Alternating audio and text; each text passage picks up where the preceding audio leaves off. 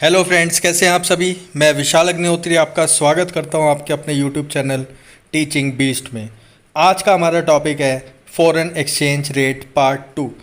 Part one का video हम already बना चुके हैं। अब पार्ट टू में हम पढ़ेंगे फॉरेन एक्सचेंज के रेट्स डिसाइड कैसे होते हैं, फॉरेन एक्सचेंज की डिमांड कर्व और सप्लाई कर्व, और types of foreign exchange market and functions of foreign exchange market. चलिए शुरू करते हैं। First topic is demand for foreign exchange. Number one, import of goods and services. कभी भी हम गुड्स एंड सर्विसेज इंपोर्ट करते हैं तो उसकी पेमेंट हमें फ़ॉरेन करेंसी में ही करनी होती है, जिसके लिए हम फ़ॉरेन एक्सचेंज की डिमांड करते हैं हमारे सेंट्रल बैंक से, जो कि इंडिया में रिज़र्व बैंक ऑफ इंडिया है। और हम लोग वो पेमेंट फ़ॉरेन कंट्री में जो भी हमारे सप्लायर होते हैं उन्हें कर देते हैं। तो इस तरह से इंपोर्ट से जो फ़ॉरेन एक्सचेंज की डिमांड क्रिएट होती है। Second, tourism. टूरिज़्म, जब भी कोई इंडियन फ़ॉरेन कंट्री घूमने जाएगा तो ओबियसली उसे डॉलर लेके जाने पड़ेंगे, क्योंकि इंडियन करेंसी फ़ॉरेन में वैलिड नहीं है। तो वो डिमांड करता है फ़ॉरेन एक्सचेंज की। Purchase of goods in foreign countries. Foreign countries में जब भी हम गुड्स परचेज़ करते हैं तो हमें उसकी पेमेंट फ़ॉरेन करेंसी में यानी डॉलर्स की फॉर्म में ही करनी पड़ेगी, और वो हम अगेन डिमांड करते हैं अपने सेंट्रल बैंक से। Fourth, unilateral transfer to abroad. सबसे पहले समझते हैं कि यूनिलेटरल ट्रांसफ़र होता क्या है। यूनिलेटरल ट्रांसफ़र का मतलब होता है one sided transactions.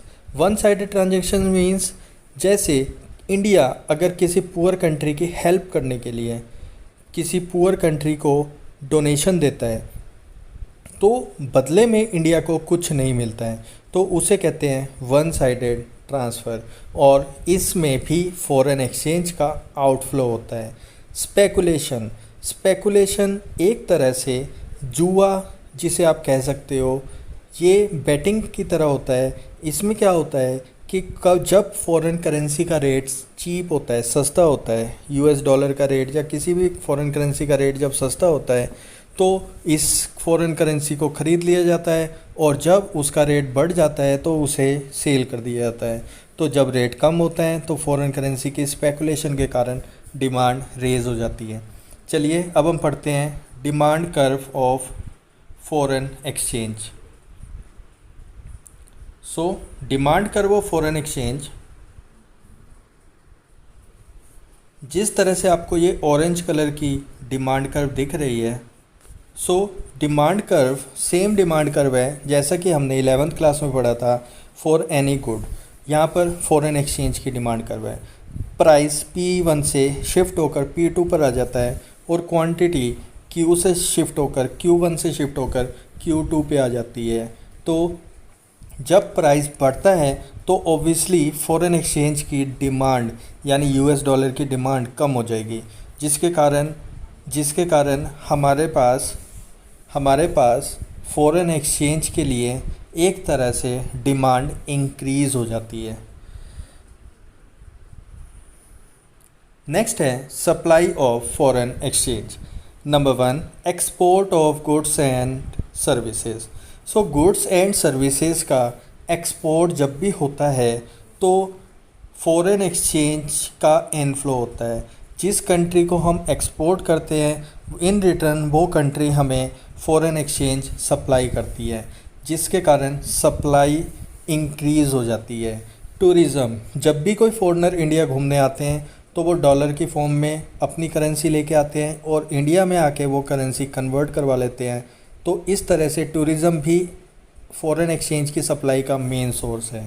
Purchase of asset या इन्वेस्टमेंट, जब भी कोई फॉरेनर इंडिया में कोई भी इन्वेस्टमेंट करता है या कोई भी एसेट परचेज़ करता है तो इंडिया में फ़ॉरेन एक्सचेंज का इनफ्लो होता है। जैसे कि अभी लेटेस्ट आपको रिलायंस जियो की डील जो कि फेसबुक के साथ हुई है उसका आपको पता है, तो उस डील में अगर जियो ने 4300 करोड़ रुपीस अराउंड की इन्वेस्टमेंट फेसबुक से करवाई है, तो फेसबुक वो 4300 करोड़ डॉलर्स जियो को देगा, यानी वो कहीं ना कहीं फ़ॉरेन एक्सचेंज की फॉर्म में इंडिया में इनफ्लो होगा। और हम बैंकिंग वाले चैप्टर में ऑलरेडी पढ़ चुके हैं कि सेंट्रल बैंक ही फ़ॉरेन एक्सचेंज का रिज़र्व मेंटेन करता है। ये अथॉरिटी सिर्फ सेंट्रल बैंक के पास है। तो सेंट्रल बैंक उस एक्सचेंज को कन्वर्ट करेगा इंडियन करेंसी में जियो के लिए, और इससे फ़ॉरेन एक्सचेंज की सप्लाई इंडिया में इंक्रीज़ हो जाती है।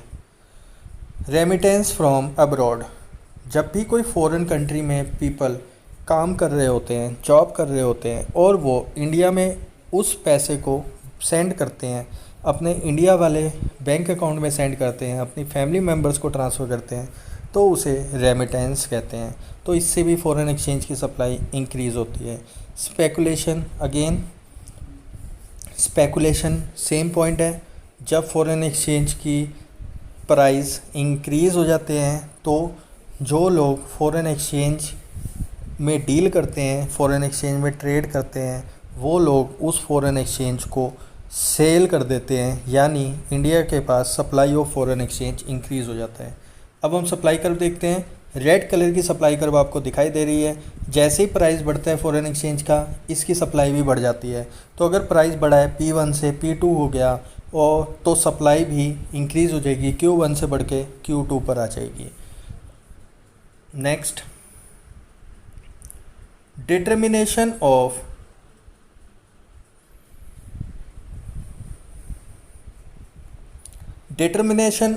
exchange rate. Flexible exchange rate is determined by the interaction of forces of demand and supply. तो जितनी भी forces of demand and supply है, यानी डिमांड एंड सप्लाई कर्व जिस पॉइंट पर आपस में एक दूसरे को कट करते हैं, वही पॉइंट फॉरेन एक्सचेंज के रेट को डिटरमाइन करता है। तो ये एक्सचेंज रेट डिटरमाइन होता है according to the market forces of demand and supply. So graphically इसे समझते हैं। आपको दो कलर की यहाँ पर लाइंस बना के शो करी है। एक रेड कलर की लाइन है जो कि डिमांड शो कर रही है, और एक वायलेट कलर की लाइन है जो कि सप्लाई को शो कर रहा है। तो जब डिमांड कर्व डाउनवर्ड स्लोपिंग है, तो डाउनवर्ड जैसे ही डिमांड कर्व अपने इक्विलिब्रियम पॉइंट को क्रॉस करती है, तो डिमांड एक्स्ट्रा हो जाती है, बढ़ जाती है देन सप्लाई। तो ऐसी सिचुएशन को आप बोलते हैं एक्सेस डिमांड। नीचे आपको ऑरेंज कलर के बॉक्स में लिखा हुआ दिख रहा है एक्सेस डिमांड। ये जो गैप है ये एक्सेस डिमांड है। और इसी तरह से जब सप्लाई इंक्रीज़ हो जाती है, अपर साइड में आप देख सकते हैं कि प्राइस के बढ़ने से ऑब्वियसली सप्लाई हमेशा इंक्रीज़ होती है। हमने 11th में भी यही पढ़ा था। तो प्राइस बढ़ा तो सप्लाई इंक्रीज़ हो गई, तो ऐसी सिचुएशन को हम एक्सेस सप्लाई कहते हैं। और जब प्राइस घटा तो सप्लाई, जब प्राइस कम होगा तो डिमांड इंक्रीज़ हो जाती है, तो ऐसी सिचुएशन को एक्सेस डिमांड कहते हैं। Next, change in exchange rate. The equilibrium exchange rate change due to following two reasons. दो रीज़न के कारण एक्सचेंज रेट हमेशा चेंज होते हैं। अभी हमने पढ़ा कि डिमांड कर्व और सप्लाई कर्व जब एक दूसरे को कट करती है तो एक्सचेंज रेट डिसाइड होते हैं, लेकिन इनके चेंज होने के भी दो रीज़न हैं।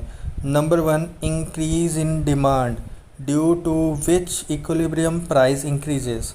Number 2, decrease in demand due to which equilibrium price fall. So demand के इंक्रीज़ होने से इक्विलिब्रियम प्राइस इंक्रीज़ होता है, और डिमांड के डिक्रीज़ होने से इक्विलिब्रियम प्राइस डिक्रीज़ होता है। Second, change in supply. ये हम चेंज इन सप्लाई वाले पॉइंट में ही पढ़ेंगे।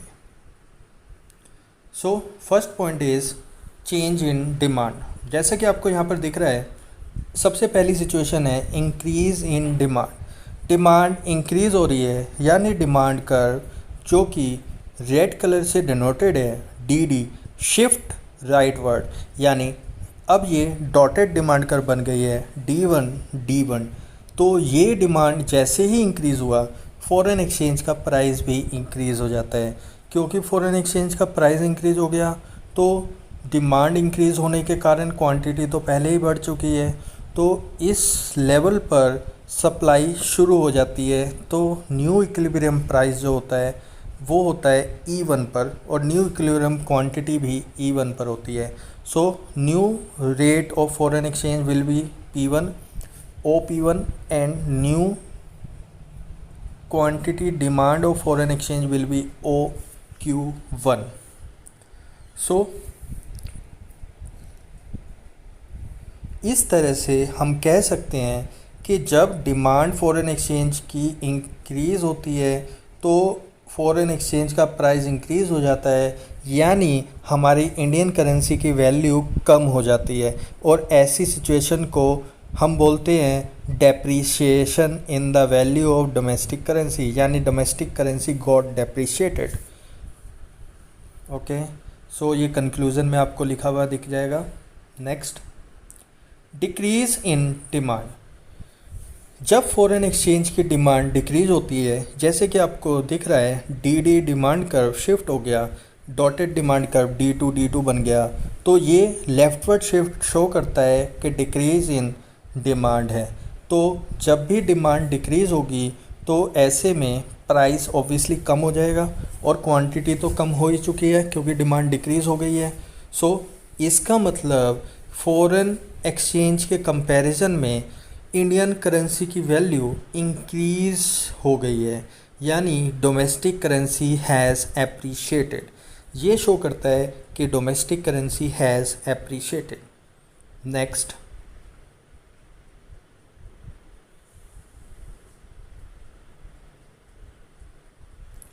Change in supply of foreign exchange. अभी हमने पढ़ा change in demand of foreign exchange, अब हम पढ़ रहे हैं change in supply of foreign exchange.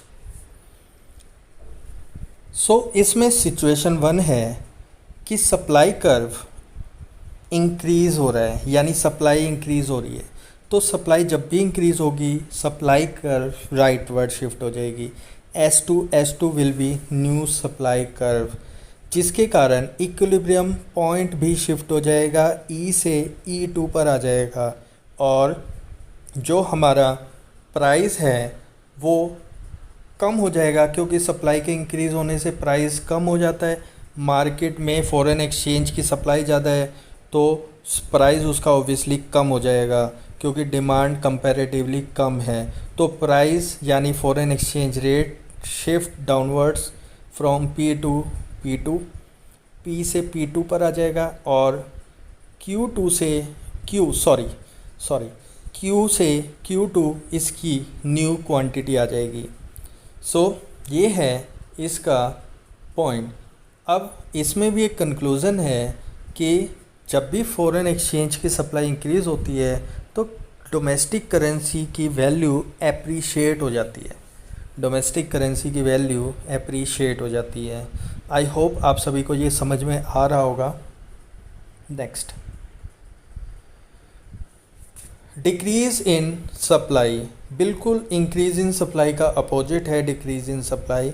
Supply curve leftward shift हो जाती है, और क्योंकि सप्लाई कर्व लेफ्टवर्ड शिफ्ट हुई है तो ये डिक्रीज़ इन सप्लाई को शो करता है, जिसके कारण क्वांटिटी सप्लाई कम हो जाती है। क्योंकि क्वांटिटी सप्लाई कम हो गई है तो प्राइस इंक्रीज़ हो जाता है, और ऐसी सिचुएशन को हम बोलते हैं डोमेस्टिक करेंसी डेप्रीशिएशन, यानी डोमेस्टिक करेंसी की वैल्यू डेप्रीशिएट होना। So new equilibrium point would be E1 new equilibrium point होगा, और E होगा old equilibrium point, and S1 new supply curve हो जाएगा, और SS ओल्ड सप्लाई कर्व है, DD ओल्ड डिमांड कर्व है। आई होप आप सभी को ये समझ में आ रहा होगा। Next, foreign exchange market. Again same concept, market place वाला कॉन्सेप्ट, के मार्केट क्या होता है जहाँ पर फॉरेन करेंसी को सेल और परचेज़ किया जाता है वो फॉरेन एक्सचेंज मार्केट होता है। बायर और सेलर होते हैं जो कि इंडिविजुअल भी हो सकते हैं, फर्म भी हो सकती है, ब्रोकर्स भी हो सकते हैं, कॉमर्शियल बैंक भी हो सकते हैं और सेंट्रल बैंक भी हो सकते हैं। तो ऐसी मार्केट को हम फॉरेन एक्सचेंज मार्केट कहते हैं। Types of foreign exchange market, kinds of foreign exchange market. Kinds of foreign exchange market, number 1 spot market. यहाँ पर receipt and payment are made immediately at the time when sale and buy take place। But ध्यान रहे कि settlement के लिए इसमें भी 2 working days मिलते हैं। 2 वर्किंग डेज इसमें भी मिलते हैं। ऐसा नहीं है कि आपने अभी सामान भेजा और अभी वो आपको पैसे दे देगा, वो इतना अच्छा नहीं है, ठीक है। और ना ही आप इतने अच्छे हो कि पैसे की श्योरिटी किए बिना आप उसको बेफालतू में सामान भेज दो और वो आपको फिर बाद में पैसे देगा। तो 2 वर्किंग डेज़ का टाइम यहाँ पर भी मिलता है ताकि आपका सामान वहाँ पर पहुँच सके और वहाँ से वो पैसे भेज सके। द रेट जो होता है मार्केट में वो स्पॉट रेट होता है, यानी उसी टाइम पर जो रेट चल रहा है उसी रेट में वो डील तय होती है। सपोज़ आज मैंने आपसे डील किया और आज डॉलर का रेट 75 रुपीज़ है, तो आई थिंक 75 ही चल रहा है आज। तो आज अगर डॉलर का रेट 75 रुपीज़ है और परसों आप मुझे पैसे देने वाले हो, तो परसों डॉलर का रेट बढ़ भी सकता है, घट भी सकता है। सपोज़ डॉलर का रेट बढ़ गया यानी 76 हो गया, तो आप सिर्फ़ और सिर्फ 75 के हिसाब से ही पैसे दोगे, क्योंकि स्पॉट प्राइस पर ही ये डील होती है। फॉरवर्ड मार्केट एक ऐसी मार्केट होती है जो कि सेकंड टाइप ऑफ मार्केट है। फॉरवर्ड मार्केट ये स्पॉट मार्केट का अपोजिट होता है। फॉरवर्ड मार्केट में क्या होता है कि जो प्राइस होता है गुड्स का, वो कभी भी जो प्राइस होता है वो आफ्टर सम टाइम पे किया जाता है, यानी कम से कम 3 महीने का टाइम तो इसमें रहता ही है और वो बिल्स ऑफ एक्सचेंज के थ्रू ही ट्रांजैक्शन होती है। ऐसे मार्केट को हम फॉरवर्ड मार्केट कहते हैं। इसमें करेंसी सेटल होती है फ्यूचर डेट में। तो फ्यूचर डेट में जब करेंसी सेटल होती है तो इसका रीज़न होता है कि जिस बायर को आप सामान सेल कर रहे हो वो आगे सप्लाई कर दे और सेल कर दे, पैसा कमा ले, फिर आपको वो पैसा आराम से वापस कर दे, बदले में बिल्स ऑफ एक्सचेंज वो आपको दे देते हैं। ऐसी मार्केट को हम forward exchange rate forward market कहते हैं और उस मार्केट में जो रेट चलता है उसे फॉरवर्ड एक्सचेंज रेट कहते हैं, यानी जब वो पैसा देगा तब का रेट चलेगा। अब functions of foreign exchange market, 3 function होते हैं जनरली फॉरेन एक्सचेंज मार्केट के। Number 1 transfer function. जब भी कोई सामान खरीदा या बेचा जाता है तो उस सामान का टाइटल ऑनरशिप ट्रांसफ़र होती है, वो फंक्शन सबसे प्राइमरी फंक्शन है इस मार्केट का। तो वो ओनरशिप ट्रांसफ़र किया जाता है। सो इसमें कुछ एक क्रेडिट इंस्ट्रूमेंट्स की ओनरशिप भी इंक्लूडेड होती है, जैसे bills of foreign exchange, bank draft, telephonic transfer. तो इस तरह से भी जो ओनरशिप है उसे ट्रांसफ़र किया जाता है। परचेजिंग पावर को ट्रांसफ़र किया जाता है between the countries. Credit function में जैसे कि मैं अभी आपको बता रहा था कि बिल्स ऑफ एक्सचेंज बना दिया जाता है और जिसका मेच्योरिटी पीरियड 3 महीने तो लगभग होता ही है।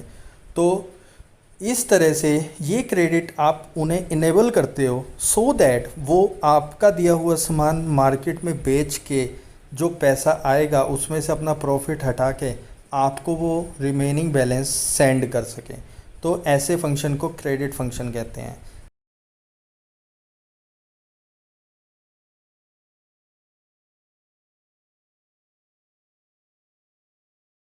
Okay, next function is hedging function.